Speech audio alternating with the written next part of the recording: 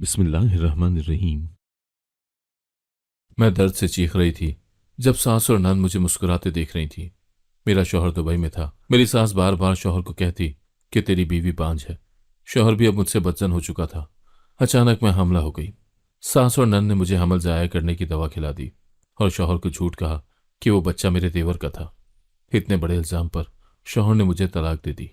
मैं यतीम थी, यूं ही झोंपड़ी में रहने लगी। मैं मुतमईन थी, जानती थी कि अल्लाह इंसाफ करेगा, पर इतनी जल्दी करेगा इसका इल्म न था। जब भी वो रात मेरी जिंदगी की सबसे भयानक रात थी। अंधेरे कमरे में बंद, मेरी आंखों से मुसलसल आंसू बह रहे थे। मैंने दरवाजे पर कई बार दस्तक दी, लेकिन जवाब ना आया। मैं जानती थी कि ये सब किसका किया धरा था। जरीना बेगम और नाजिया की नफरत मेरे हर सांस पर भारी थी। और आज तो हद हो गई थी। बांझ औरतों को तो अपने नसीब पर होना चाहिए, हमें तंग न करें। जरीना बेगम के अल्फाज मेरे काने में हथौड़े की तरह गूंज रहे थे। वो जो मेरे अपने घर की मां बन सकती थी, मेरी सबसे बड़ी दुश्मन बन चुकी थी। मैंने खुद को संभालने की कोशिश की, मगर माजी की यादें मेरे जहन में बिजली की मानंद कूद गईं। मेरी कहानी यूं तो एक आम सी लड़की की तरह शुरू हुई, मगर जिंदगी ने मुझे बहुत कम उम्र में यतीमी का दुख दे दिया था। मेरे वालिद का इंतकाल उस वक्त हुआ जब मैं महज 5 साल की थी। माँ ने बहुत मेहनत की, मुझे पढ़ाया लिखाया, मगर जब मैं 16 साल की हुई तो वो भी मुझे इस दुनिया में अकेला छोड़कर चली गई। मेरी दुनिया अंधेरों में डूब गई। माँ की मौत के बाद मैं मामू के घर आ गई, जहाँ सगी खाला जैसा कोई ननियाल नहीं था। खाला की बातें, तंज और उनके बच्चों की नफरत सहते सहते मैं अंदर से टूट चुकी थी। लेकिन जिंदगी शायद मुझे मजीद आजमाइशों में डालने का फैसला कर चुकी थी। जब आदिल का रिश्ता आया तो मामू ने फौरन हाँ कर दी। आदिल दुबई में काम करता था, एक अच्छी नौकरी पर था, और सबको लगा कि शायद मेरी जिंदगी संवर जाएगी। लेकिन किसी ने यह नहीं देखा कि मैं किस हद तक डरी हुई थी, कि मैं कैसे एक नए सफर पर जाने के लिए तैयार नहीं थी। और सबसे बढ़कर मुझे मालूम ही नहीं था कि मेरी किस्मत में क्या लिखा था। शादी के बाद जब मैं ससुराल आई तो आगाज में सब ठीक था। आदिल सिर्फ 15 दिन के लिए आया था और वो मुझसे बहुत मोहब्बत करता था।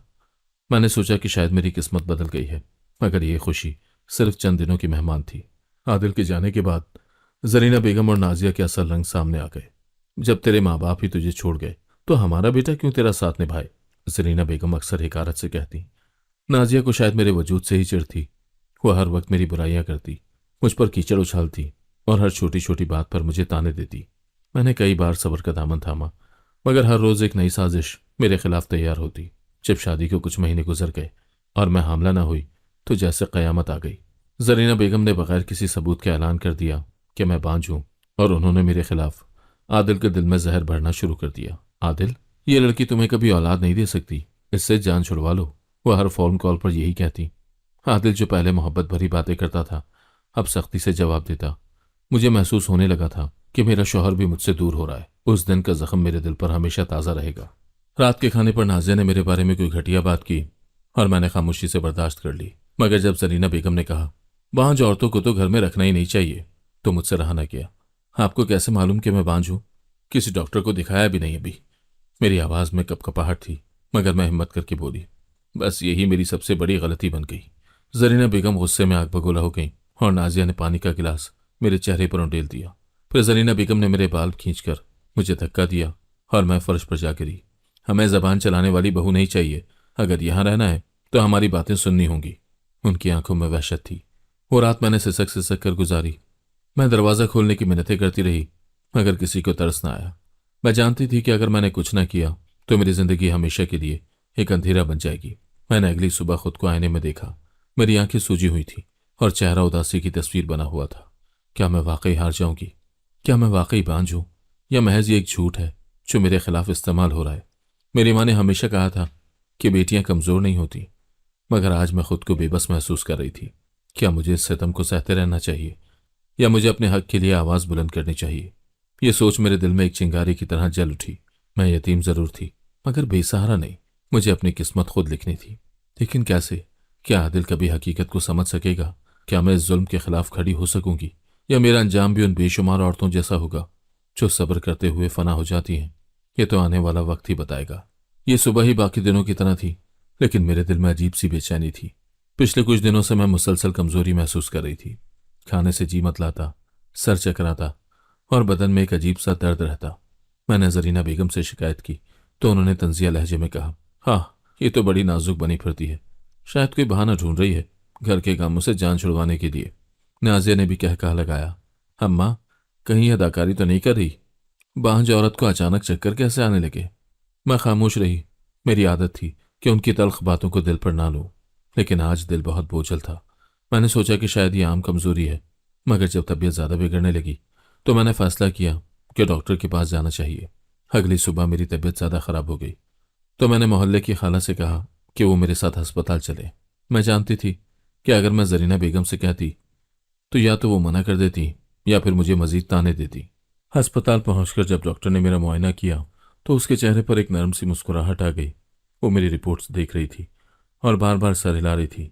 मैं घबरा गई, कहीं कोई बड़ी बीमारी तो नहीं हो गई। माँ, बेटा मुबारक हो, तुम माँ बनने वाली हो, डॉक्टर ने कहा तो मैं चौंक गई। क्या? मेरी आवाज़ लरज रही थी। हाँ, तुम हामला हो और तुम्हारी रिपोर्ट बिल्कुल ठीक है, बस तुम्हें बहुत ज़्यादा ख्याल रखने की ज़रूरत है। मेरे हाथ खुद ब खुद मेरे पेट पर जा पड़े। मेरे अंदर एक नई जिंदगी पल रही थी। मैं माँ बनने वाली थी। मैंने फौरन अल्लाह का शुक्र अदा किया। मैं घर वापस आते हुए रो रही थी, खुशी के आंसू। अल्लाह ने मेरी सुन ली। मैं बांझ नहीं हूं, मैंने खुद से कहा। यह सोचते ही कि आदिल ये सुनकर कितना खुश होगा, मेरा दिल खुशी से भर गया। वो हमेशा बच्चों से बहुत मोहब्बत करता था और मुझे यकीन था कि वो ये खबर सुनकर फौरन दुबई से वापस आने की कोशिश करेगा। लेकिन मैं भूल गई थी कि ये घर खुशियों को कबूल करने के लिए नहीं बना था। जैसे ही मैंने ये खुशखबरी जरीना बेगम को सुनाई, उनके चेहरे का रंग बदल गया। वो जो हमेशा मुझे बांझ कहती थी, आज जब मैंने उनके झूठ को गलत साबित कर दिया तो उनके गुस्से की इंतहा न रही। ये नहीं हो सकता, नाजिया ने गुस्से से कहा। ये जरूर कोई चालाकी कर रही है। जरीना बेगम ने दांत पीसे। मुझे लगा कि अब शायद वो लोग मुझसे अच्छा सलूक करेंगे, लेकिन मैं गलत थी। वो अंदर ही अंदर मेरी बर्बादी की साजिश के बारे में सोच रही थी।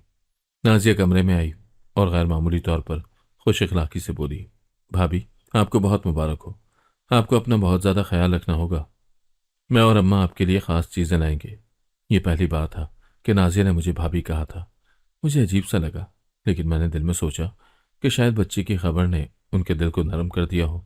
कुछ देर के बाद जरीना बेगम मेरे लिए दूध लेकर आई। ये ख़ास जड़ी बूटियों वाला दूध है, तुम्हें ताकत मिलेगी। मैंने बगैर सोचे समझे दूध पी लिया। उस वक्त मैं बहुत खुश थी और मैंने ये नहीं देखा कि उनकी आंखों में शैतानी चमक थी। रात के वक्त मेरे पेट में शदीद दर्द उठा। मैं बिस्तर पर तड़पने लगी। मेरी चीखें सुनकर जरीना बेगम और नाजिया कमरे में आई, मगर बजाय घबराने के वो मुस्कुरा रही थी। या अल्लाह, मुझे बचा ले। मैंने आंखों में आंसू लिए दुआ की। मैं बेहोश हो गई और जब होश आया तो मैं अस्पताल के बिस्तर पर थी। डॉक्टर ने मुझे अफसरदा नज़रों से देखा और कहा, माँ, तुम्हारा बच्चा ज़ाया हो चुका है। ये सुनते ही मेरे दिल पर जैसे कोई पहाड़ टूट पड़ा। नहीं, ये कैसे हो सकता है? मैंने बेयकीनी से कहा। लेकिन हकीकत यही थी। मेरा बच्चा, मेरा वो ख्वाब जो अभी पूरा होने वाला था, वो ख्वाब हमेशा के लिए बिखर चुका था। अस्पताल से वापस आने के बाद मैं टूट चुकी थी, बिखर चुकी थी। लेकिन जरीना बेगम और नाजिया के चेहरे पर कोई अफसोस नहीं था, बल्कि वो दोनों सरगोशियों में बातें कर रही थी। मुझे अंदाजा ही नहीं था कि उनकी साजिशें भी अभी ख़त्म नहीं हुई थी, बल्कि वो तो एक और घिनौनी चाल चलने वाली थी। आदिल का फ़ोन आया तो जरीना बेगम ने रोते हुए कहा, बेटा, हम तुमसे एक बात छुपाते रहे। माँ का ये बच्चा तुम्हारा नहीं था, बल्कि दानियाल का था। आदिल की खामोशी मुझे अंदर तक तोड़ गई। वो चीखा, ये झूठ है, ऐसा नहीं हो सकता। लेकिन जरीना बेगम का झूठ इतना मजबूत था कि उसने मेरे लिए एक और अजाब खड़ा कर दिया। मैं सोच भी नहीं सकती थी कि मेरी सास मेरे खिलाफ इतनी जहरीली साजिश करेगी। मेरा बच्चा मुझसे छीन लिया गया और अब मेरे किरदार पर भी उंगलियां उठाई जा रही थी। क्या आदिल मुझे सुनेगा? क्या वो सच जानेगा? या जरीना बेगम की बातों में आकर मुझसे हमेशा के लिए नफरत करने लगेगा? ये सवाल मेरे जहन में गर्दिश कर रहे थे और मैं सोच रही थी कि क्या मैं अपनी बेगुनाही साबित कर पाऊंगी या मेरी जिंदगी मजीद अजाब बनने वाली थी। कमरे की दीवारों से टकराती हुई जरीना बेगम की जहरीली आवाज़ मेरे कानों में सीसा खोल रही थी। आदिल, तुम्हें यकीन क्यों नहीं आता? मैं माँ हूं तुम्हारी, झूठ क्यों बोलूंगी? माँ ने तुम्हें धोखा दिया है।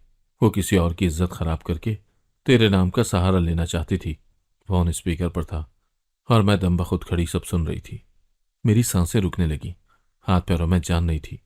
मैं चीखना चाहती थी, आदिल को अपनी बेगुनाही का यकीन दिलाना चाहती थी, मगर मेरे गले से आवाज़ ही नहीं निकल रही थी। आदिल की सांसें तेज हो रही थी और उसकी खामोशी मुझे मारे जा रही थी। फिर वो बोला, मुझे यकीन नहीं आ रहा। माँ, तुमने ऐसा क्यों किया? मेरी आंखों से आंसू बहने लगे। मैंने कांपते हाथों से फ़ोन पकड़ा और रोकर कहा, आदिल, अल्लाह के वास्ते मेरी बात सुनो। ये सब झूठ है। मैंने कुछ नहीं किया। मैं तुम्हारी बीवी हूं। तुमसे बेवफाई का सोच भी नहीं सकती। बंद करो ये ड्रामा। आदिल दहाड़ा, अगर तुम सच्ची होती तो अम्मा और नाजिया ये सब क्यों कहती? मैंने गिड़गिड़ा कर कहा, आदिल, तुम्हें याद है, तुम 1 महीना पहले ही तो गए थे। अगर मैं गलत होती तो तुम्हारे जाने के बाद ही सबको पता क्यों चला? ये सब एक साजिश है। लेकिन वो शायद सुनना ही नहीं चाहता था। बस मैंने फैसला कर लिया।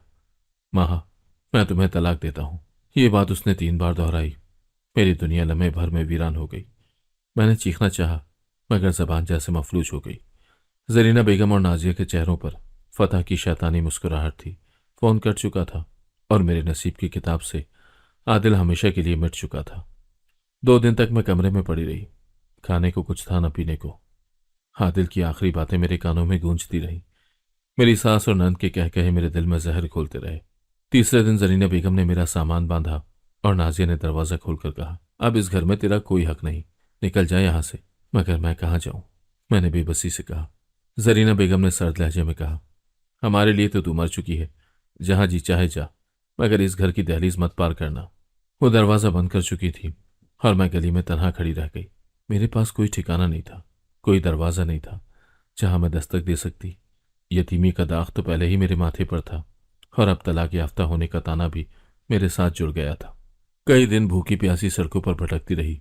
कभी किसी दरख्त के नीचे रात गुजारती, कभी किसी पार्क की बेंच पर बैठकर आसमान को तकते हुए सोचती रहती कि मेरी माँ जिंदा होती तो शायद मेरा ये हाल ना होता। फिर एक दिन मैं एक पुरानी बोसीदा झोंपड़ी के पास पहुंची, जो शायद बरसों से वीरान थी।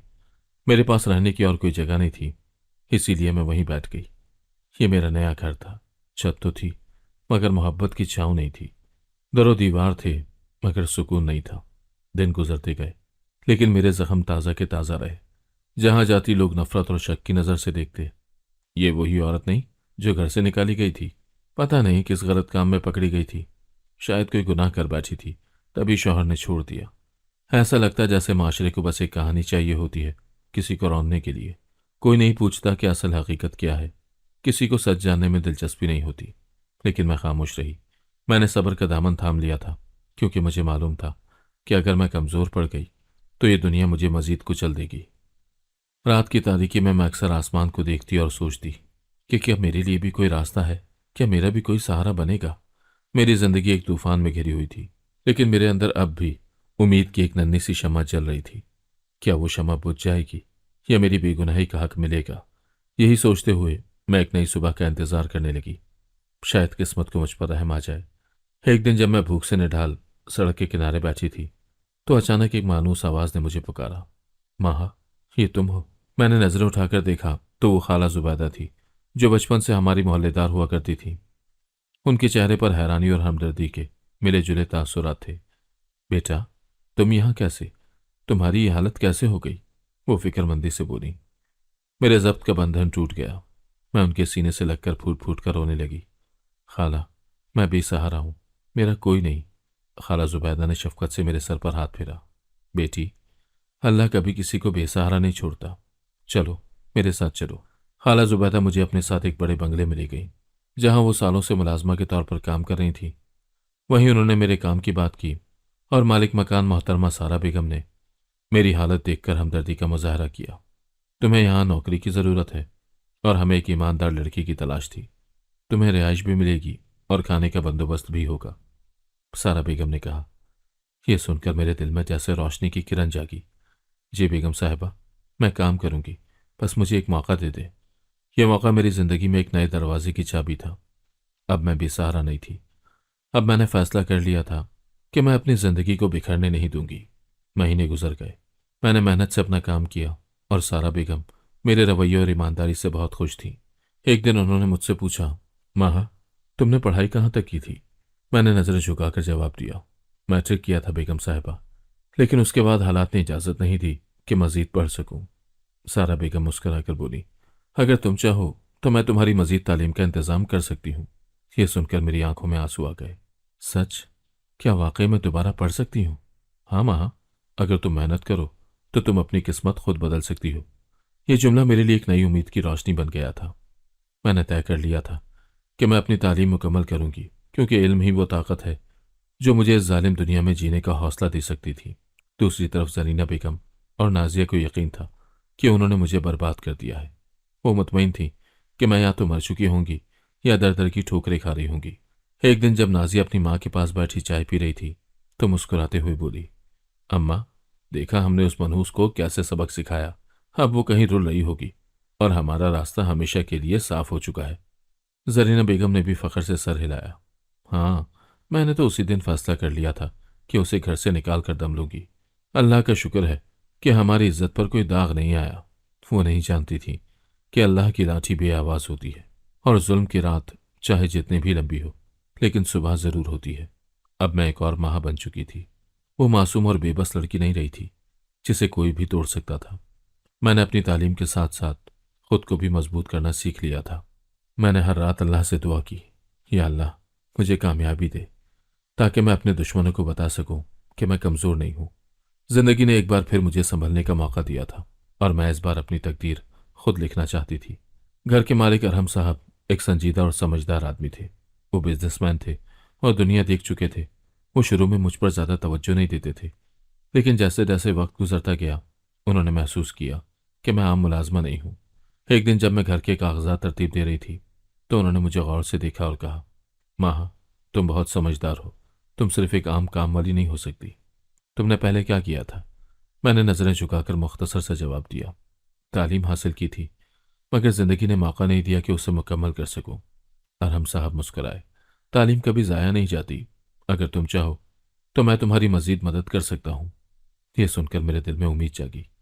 मैंने खुद से वादा किया कि अपनी मेहनत और सच्चाई के जरिए खुद को उस मुकाम तक पहुंचाऊंगी जहां मुझ पर लगे तमाम इल्जाम झूठे साबित हों। दूसरी तरफ किस्मत का एक और पलटा आने वाला था। आदिल का सबसे करीबी दोस्त हसन, जो शुरू से मेरी तलाक के मामले पर खामोश था, एक दिन हकीकत के बिल्कुल करीब पहुंच गया। हसन और आदिल बचपन के दोस्त थे और आदिल की शादी के बाद भी हसन अक्सर उनके घर आता था। वो जानता था कि मैं कैसी थी, मेरी फितरत कैसी थी, और वो हमेशा मेरे हक में बोलता था। लेकिन जब जरीना बेगम और नाजिया ने मुझ पर बदकिरदारी का इल्ज़ाम लगाकर आदिल को मुझसे दूर कर दिया तो हसन भी उलझन में पड़ गया था। कुछ महीने के बाद हसन की मुलाकात एक पुराने डॉक्टर दोस्त से हुई जो उस दिन अस्पताल में ड्यूटी पर था। जब मेरा इसकाते हमल हुआ था, डॉक्टर ने यूं ही बातों बातों में जिक्र किया कि वो केस बहुत अजीब था। एक औरत को जबरदस्ती ऐसी दवा दी गई थी जिससे उसका बच्चा ज़ाया हो गया और बदकिस्मती से वो ये जान भी न सकी कि उसे क्या खिलाया गया था। ये सुनते ही हसन चौंक गया। क्या? तुम किस केस की बात कर रहे हो? डॉक्टर ने तफसील बताई और जैसे जैसे वो सुनता गया उसके चेहरे का रंग उड़ता गया। ये तो माँ का केस लग रहा है। हसन के दिल में बेचैनी बढ़ती गई। उसने मजीद तहकीक करने का फैसला किया और जल्दी ही अस्पताल से वो रिपोर्ट्स हासिल कर ली जिनमें वाजे था कि माह को जबरदस्ती इसकाते हमल की दवा दी गई थी। अब हसन के दिल में कोई शक नहीं रहा था। माह बेकसूर थी। उसे एक घिनौनी साजिश के तहत बर्बाद किया गया। हसन का दिमाग गुस्से से भड़क उठा। उसे आदिल की बेवकूफ़ी पर अफसोस हो रहा था। वो कितना अंधा था। अपनी बीवी की बात सुनने के बजाय अपनी माँ और बहन के झूठ पर यकीन कर लिया। अब हसन के सामने एक सवाल था, क्या वो आदिल को बताए या पहले मजीद सबूत इकट्ठे करे। उसने फैसला किया कि वो जल्दबाजी नहीं करेगा।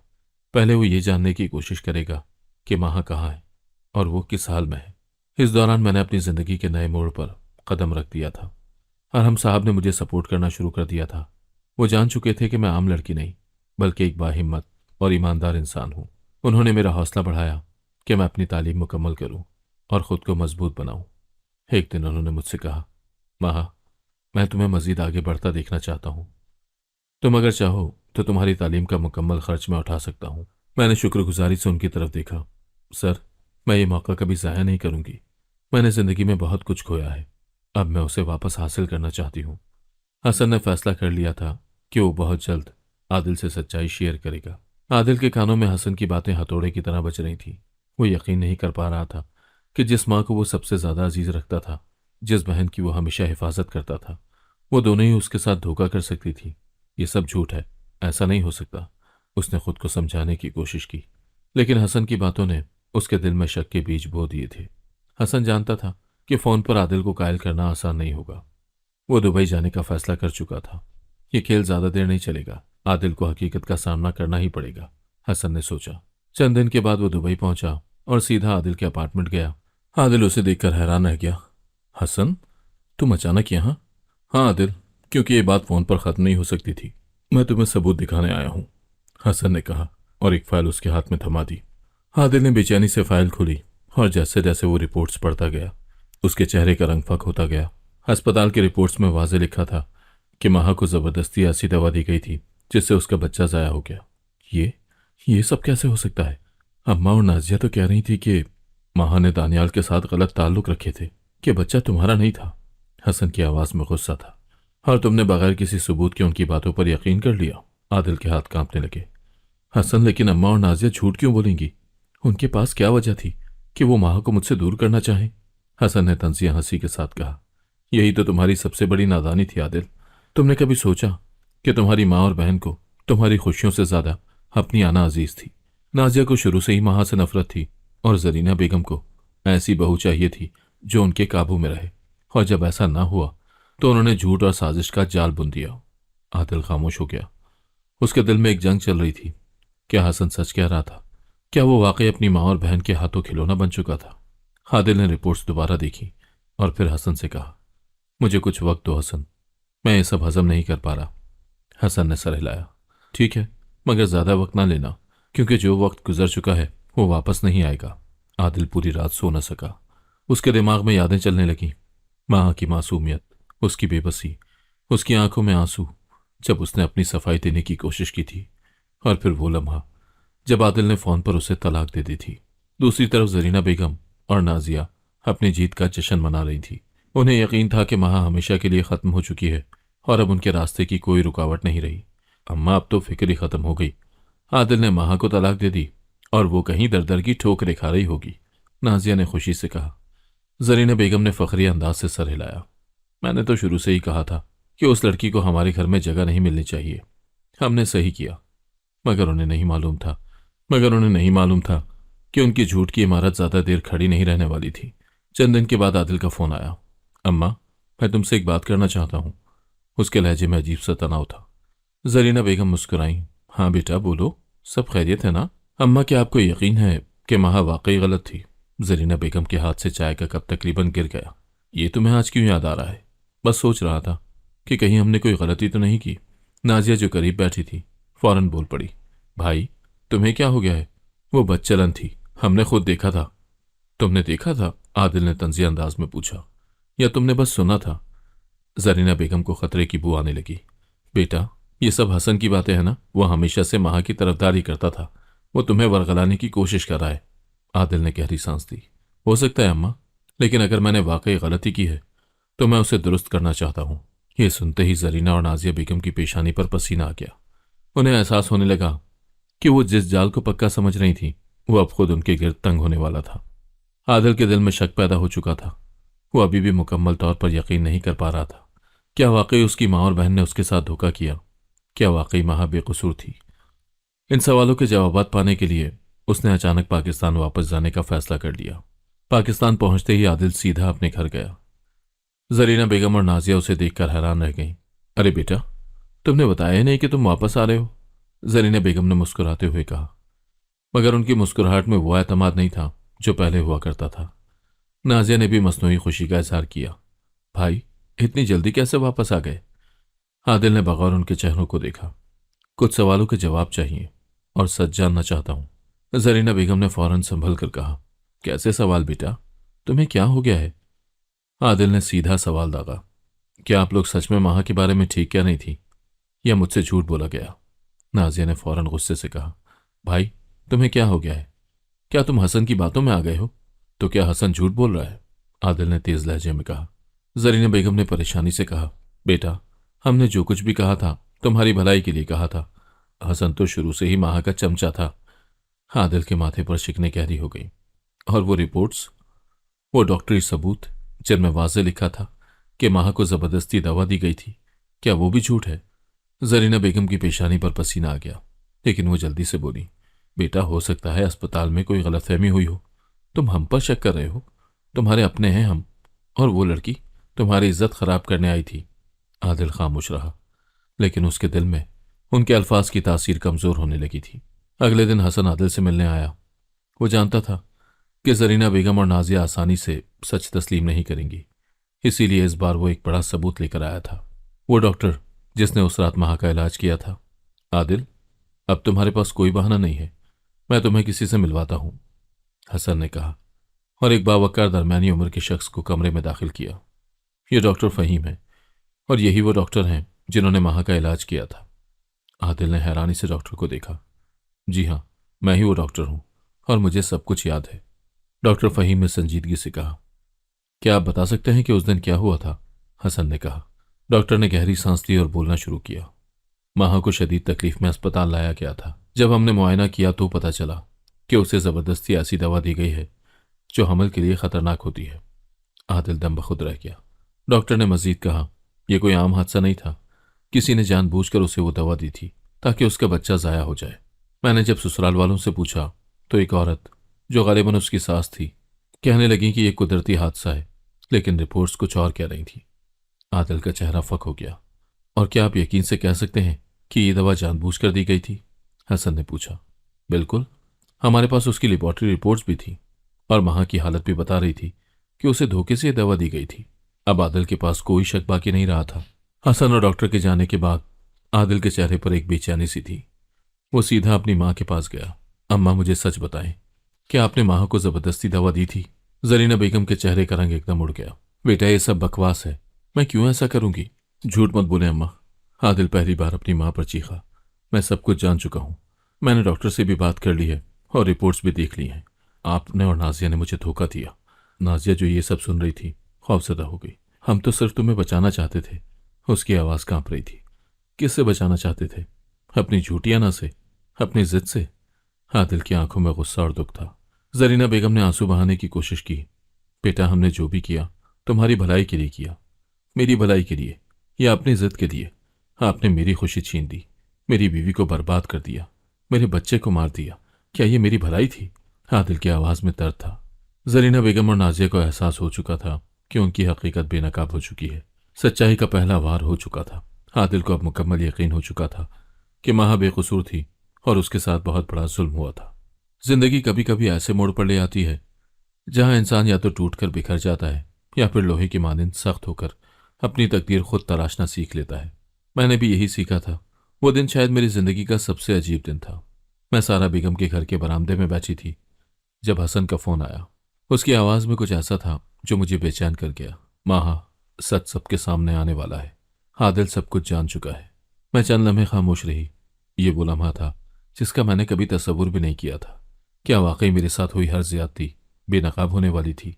क्या वाकई मेरे मुजरिमों को उनके अमल की सजा मिलने वाली थी? हसन ने मुझे बाद में बताया कि किस तरह डॉक्टर फहीम ने अदालत में और सबके सामने सच्चाई को बेनकाब किया। जी हाँ, मैं डॉक्टर फहीम हूँ और मैं इस बात की तस्दीक करता हूँ कि माह के साथ जबरदस्ती की गई। उसे एक ऐसी दवा दी गई जिससे उसका हमल जाया हो गया और ये सब उसकी सास जरीना बेगम के कहने पर किया गया। अदालत में सुकूत छा गया। आदिल खामोश बैठा ये सब सुन रहा था। उसके चेहरे पर हवाइयां उड़ रही थी। हसन ने बाद में मुझे बताया कि जब डॉक्टर ने यह कहा था कि जरीना बेगम ने जानबूझकर मेरे बच्चे को मारने की साजिश की, आदिल की आंखों में पहली बार शर्मिंदगी और बेबसी की झलक दिखाई दी थी। क्या यह सच है अम्मा? आदिल की आवाज कांप रही थी। जरीना बेगम ने कुछ बोलने की कोशिश की मगर अल्फाज जैसे गले में अटक कर रह गए। नाजिया ने तो चेहरा ही छुपा लिया था। जब यह खबर मोहल्ले में फैली, जो कभी जरीना बेगम के साथ महफिलें सजाया करते थे अब उनसे कतराने लगे। बाजार में लोग अक्सर सरगोशियां करने लगे। कोई चेहरे पर तंज लिए हंसता तो कोई अफसोस से सर हिला देता। ये वही औरत है ना जिसने अपनी बहू के साथ जुल्म किया था? हाँ, मैंने सुना है कि उनकी बेटी नाजिया का भी रिश्ता टूट गया है। अल्लाह की लाठी बेआवाज होती है। जरीना बेगम का गुरूर मिट्टी में मिल चुका था। अब वो औरत जो दूसरों को हकीर समझती थी खुद नजरों से गिर चुकी थी। एक दिन हसन ने मुझे फोन पर बताया, मां, जरीना बेगम और नाजिया अब घर से बाहर निकलने से भी डरती हैं। वो जिन्हें अपनी इज्जत पर फख्र था आज जिल्लत का सामना कर रही हैं। मैंने आसमान की तरफ देखा। कुदरत ने मेरे सब्र का सिला देना शुरू कर दिया था। आदिल कई दिनों तक घर में बंद रहा। वो जिस दुनिया में रहता था वो जमीन अब उसके पैरों तले से खिसक चुकी थी। जिंदगी हमेशा वो नहीं देती जिसकी हम ख्वाहिश करते हैं, लेकिन कभी कभी यह हमें वो देती है जिसकी हमें जरूरत होती है। वो शाम आम सी शामों जैसी ही थी मगर मेरे दिल में एक अजीब सा सुकून था। सारा बेगम के घर मेरा वक्त अच्छा गुजर रहा था। मेरी तालीम भी जारी थी और मैंने अपनी ज़िंदगी को नए सिरे से जोड़ और मैं अपनी ज़िंदगी को नए सिरे से जोड़ने में कामयाब हो रही थी। मगर मैंने कभी नहीं सोचा था कि एक दिन वो शख्स जिसने मुझे तोड़ा था मेरे दरवाजे पर दोबारा खड़ा होगा। दरवाजे पर हल्की सी दस्तक हुई। मैंने जाकर दरवाज़ा खोला और सामने वो खड़ा था, आदिल। उसका चेहरा पहले जैसा नहीं था। आंखों में वीरानी, चेहरे पर पछतावे की गहरी लकीरें और जिस्म पर जैसे बेबसी का साया था। माँ, वो आहिस्ता से बोला, जैसे अल्फाज तलाश कर रहा हो। मैं खामोश रही।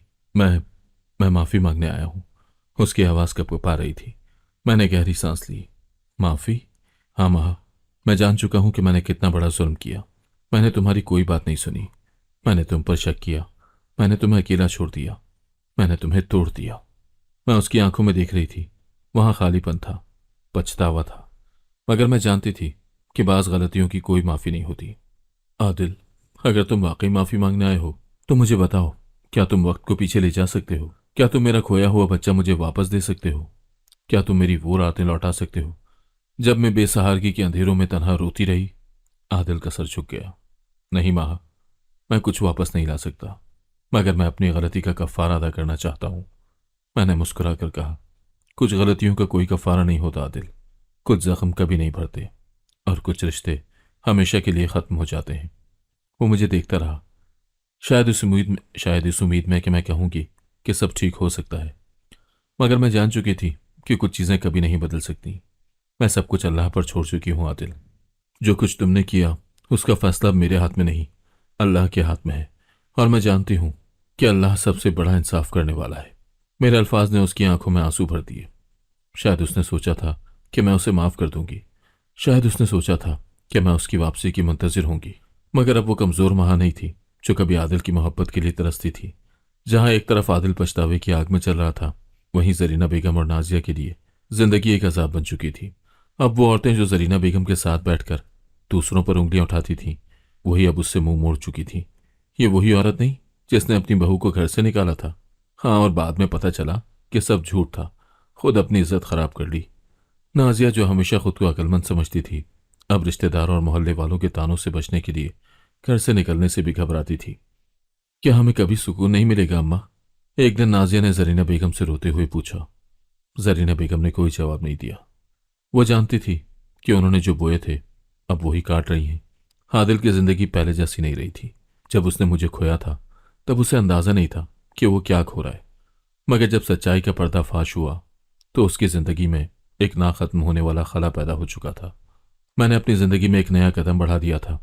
मैं वो मजलूम औरत नहीं रही थी जो जुल्म सहकर भी खामोश रहती थी। मैंने अपनी तालीम मुकम्मल करने का फैसला किया था और सारा बेगम की मदद से मैं एक नई राह पर चल निकली थी। मैंने एक फलाही इदारा ज्वाइन कर लिया जहां मैं उन औरतों और बच्चों के लिए काम कर रही थी जो माशरे के हाथों कुचले जा चुके थे। मेरी जिंदगी अब एक नई राह पर चल रही थी। मैंने फैसला किया था कि मैं उन औरतों की आवाज़ बनूंगी जिनकी कोई नहीं सुनता। मैंने वो खौफ छोड़ दिया था जो मुझे कभी अपनी तकदीर के सामने बेबस कर देता था। फलाही इदारे में काम करते हुए मैंने हर दिन एक नई कहानी सुनी। किसी को शौहर ने छोड़ दिया था, कोई अपने ससुराल के जुल्म का शिकार थी, कोई अपने वालिदैन के जबर तले दबी हुई थी। हर कहानी में कहीं ना कहीं मुझे अपना अक्स दिखाई देता। एक दिन एक जवान लड़की मेरे पास आई। उसकी आंखों में वही खौफ था जो कभी मेरी आंखों में होता था। बाजी, मेरे शौहर ने मुझे छोड़ दिया। सब कहते हैं कि गलती मेरी थी। मैं कहाँ जाऊं? उसकी आवाज़ लरज रही थी। मैंने उसके हाथ थामे और कहा, तुम अकेली नहीं हो, मैं तुम्हारे साथ हूं। हम सब तुम्हारे साथ हैं। ये वो लम्हा था जब मुझे एहसास हुआ कि मैंने अपने दर्द को एक नए यकीन में बदल दिया था। मेरी जिंदगी अब सिर्फ मेरी नहीं थी, बल्कि उन सब औरतों के लिए थी जो इंसाफ की तलाश में थी। जहां मैंने अपनी जिंदगी को एक नया मकसद दिया, वहीं आदिल के लिए जिंदगी का हर लम्हा एक अजियत बन चुका था। उसने अपनी माँ और बहन का असल चेहरा देख लिया था और जब हकीकत पूरी तरह बेनकाब हुई तो उसने उन दोनों से कतई ताल्लुक कर लिया। मैंने अपनी जिंदगी का सबसे बड़ा नुकसान तुम्हारी वजह से उठाया अम्मा, तुम्हारी वजह से उठाया अम्मा। वो जरीना बेगम से आखिरी बार कहकर चला गया था। जरीना बेगम जो हमेशा अपनी मर्जी चलाने की आदी थी, अब तनहा रह गई थी। नाजिया जो खुद को चालाक समझती थी, अब लोगों की नजरों में गिर चुकी थी। आदिल के पास सब कुछ था, दौलत, नौकरी, दुनिया की हर आसाइश, मगर सुकून नहीं था। वो अक्सर सोचता कि अगर मैंने उस दिन माँ की बात सुन ली होती, अगर मैंने अपनी माँ और बहन पर आंख बंद करके यकीन ना किया होता तो आज मैं भी खुश होता, माहा के साथ होता। मगर जिंदगी में कुछ फैसले ऐसे होते हैं जिनका अजाला मुमकिन नहीं होता, और आदिल के साथ भी यही हुआ था। जहां आदिल अपनी गलतियों का कफारा भुगत रहा था, वहीं हसन की नज़रों में एक तब्दीली आ चुकी थी। हसन हमेशा मेरा अच्छा दोस्त रहा था। ये वही शख्स था जिसने मेरे लिए इंसाफ की जंग लड़ी, जो हमेशा मेरी बेगुनाही के लिए खड़ा रहा, जिसने मुझे हिम्मत दी जब मैं खुद को टूटा हुआ महसूस करती थी। मगर अब उसकी नज़रों में कुछ और था। शुरू में मैंने महसूस नहीं किया, मगर जैसे जैसे वक्त गुजरता गया मैंने महसूस किया कि हसन की बातों में, उसके रवैये में, उसकी नज़रों में मेरे लिए एक नरमी आ चुकी थी जो पहले नहीं थी। एक दिन जब मैं फलाही इदारे में काम खत्म करके बाहर निकली तो हसन वहां खड़ा था। तुम्हें छोड़ दूं? उसने मुस्कुराकर पूछा। मैंने सर हिला दिया और हम गाड़ी में बैठ गए। रास्ते में वो खामोश रहा, मगर मैं जानती थी कि उसके जहन में कुछ चल रहा था। माहा, एक बात पूछूं? आखिरकार उसने कहा। हाँ पूछो। क्या तुमने कभी सोचा कि तुम दोबारा अपनी जिंदगी में किसी को जगह दे सकती हो? उस सवाल ने चंद लम्हों के लिए मुझे खामोश कर दिया। क्या मैं वाकई दोबारा किसी पर भरोसा कर सकती हूँ? क्या मैं दोबारा किसी को अपने करीब आने की इजाजत दे सकती हूँ? मैंने हसन की तरफ देखा। ये वही हसन था जो मेरे लिए हमेशा दीवार बनकर खड़ा रहा, जिसने मेरे लिए वो किया जो शायद आदिल को करना चाहिए था। मैंने मुस्कुराकर कहा, हसन, वक्त सब कुछ तय करता है। जो होना होगा वो हो जाएगा। हसन ने सर हिला दिया। मगर मैं जानती थी कि ये गुफ्तगू अभी खत्म नहीं हुई थी। मैंने अपनी जिंदगी में बेपनाह दर्द सहा था, मगर मैंने उन जख्मों को अपनी कमजोरी नहीं, ताकत बनाया था। वक्त का पहिया घूम चुका था। जो लोग खुद को नाकाबिल तस्खीर समझते थे, आज उनकी जिंदगी जहन्नुम बन चुकी थी। जरीना बेगम और नाजिया, जिन्होंने मेरी जिंदगी बर्बाद करने में कोई कसर नहीं छोड़ी थी, अब खुद बेयार और मददगार हो चुकी थी। ऐसी औरत के घर में रखने का मतलब अपनी इज्जत को खुद मट्टी में मिलाना है। एक दिन जरीना के भाई ने गुस्से से कहा और उन्हें घर से निकाल दिया। नाजिया ने रोते हुए अपनी मां का दामन पकड़ा। अम्मा, हम कहाँ जाएंगे? मगर जरीना बेगम के पास कोई जवाब नहीं था। वो जानती थी कि उन्होंने जो किया था वही उनके साथ हो रहा था। कभी जो औरतें उनके घर के दरवाजे पर बैठकर चाय पीने आती थी, आज उन्हें देखकर रास्ता बदल लेती थी। अल्लाह की लाठी बेआवाज है, मगर जब चलती है तो सब कुछ तहस नहस कर देती है। मैंने खुद से कहा और आगे बढ़ गई। आदिल की जिंदगी भी तबाह हो चुकी थी। उसकी दुनिया, जिसे वो जरीना के हुक्म पर चला रहा था, अब बिखर चुकी थी। वो मुझसे मिलने आया। उसकी आंखों में इल्तिजा थी। महा, मैं जानता हूं कि मैंने तुम्हारे साथ बहुत बुरा किया, मगर मैं अपनी गलतियों का कफारा अदा करना चाहता हूं। क्या तुम मुझे एक मौका दोगी? मैंने गहरी सांस ली और सुकून से कहा, आदिल, कुछ चीजें कभी ठीक नहीं हो सकती। कुछ जख्म ऐसे होते हैं जो वक्त के साथ भी नहीं भरते। एक बार जो भरोसा टूट जाए वो कभी जुड़ नहीं सकता। आदिल की आंखें भर आईं। तो क्या हम कभी दोबारा साथ नहीं हो सकते? मैंने मुस्कुराकर कहा, नहीं आदिल, क्योंकि मैं पीछे नहीं देखती, मैं सिर्फ आगे बढ़ती हूं। यह कहकर मैंने अपना रास्ता इख्तियार कर लिया और हमेशा के लिए इस कहानी का वो बाब बंद कर दिया जिसमें सिर्फ मेरा दर्द और अजियत लिखी थी। मेरे लिए जिंदगी अब एक नया सफर बन चुकी थी। मैंने माजी के जख्मों को पीछे छोड़ दिया था और अपनी कामयाबी की तरफ बढ़ रही थी। हसन हमेशा मेरे साथ था। ये वही शख्स था जिसने मेरा साथ तब दिया जब सबने मेरा साथ छोड़ दिया था। एक दिन जब मैं दफ्तर में काम कर रही थी, हसन मेरे सामने बैठा और संजीदगी से बोला, माहा, तुमने हमेशा दूसरों के लिए सोचा है, मगर क्या तुमने कभी अपनी खुशी के बारे में सोचा है? मैंने नजरें झुकाकर कहा, खुशी मेरे नसीब में कहाँ हसन? हसन मुस्कुराया। खुशी सिर्फ नसीब से नहीं मिलती, कभी कभी हम खुद उसे चुनते हैं। मैंने हैरानी से उसे देखा। माहा, मैं तुम्हारी ताकत, तुम्हारी हिम्मत और तुम्हारी ईमानदारी की इज्जत करता हूं, और मैं तुम्हारे साथ जिंदगी गुजारना चाहता हूं। क्या तुम मेरे साथ अपना नया सफर शुरू करोगी? मैंने हसन की आंखों में देखा। वहां मोहब्बत थी, इज्जत थी, और सबसे बढ़कर एक ऐसा एतमाद था जो कभी आदिल में नहीं था। मैंने मुस्कुराकर सर हिला दिया। हाँ हसन, मैं तुम्हारे साथ अपनी जिंदगी गुजारने के लिए तैयार हूं। मेरी शादी सादगी से हुई, मगर मेरी खुशी बेहद कीमती थी। हसन के साथ मैंने एक नई जिंदगी का आगाज किया, जहां न दर्द था, न शक, न तकलीफ, बस सुकून था। आदिल की जिंदगी खाली थी। जरीना और नाजिया को उनके जुल्म का बदला मिल चुका था, और मैंने अपना इंतकाम अपनी कामयाबी से ले लिया था। मैं जान चुकी थी कि अल्लाह सब देखता है और वो सबसे बेहतर इंसाफ करने वाला है। अल्लाह की लाठी बेआवाज है, मगर जब चलती है तो सब कुछ तहस नहस कर देती है। अगर आपको आज की कहानी पसंद आई है तो वीडियो को जरूर लाइक कीजिएगा और अपने दोस्तों के साथ भी शेयर कीजिएगा। और हाँ, अगर आपने अभी तक हमारा चैनल सब्सक्राइब नहीं किया तो जरूर सब्सक्राइब करें। मिलते हैं कल एक नई और दिलचस्प कहानी के साथ। अल्लाह हाफिज।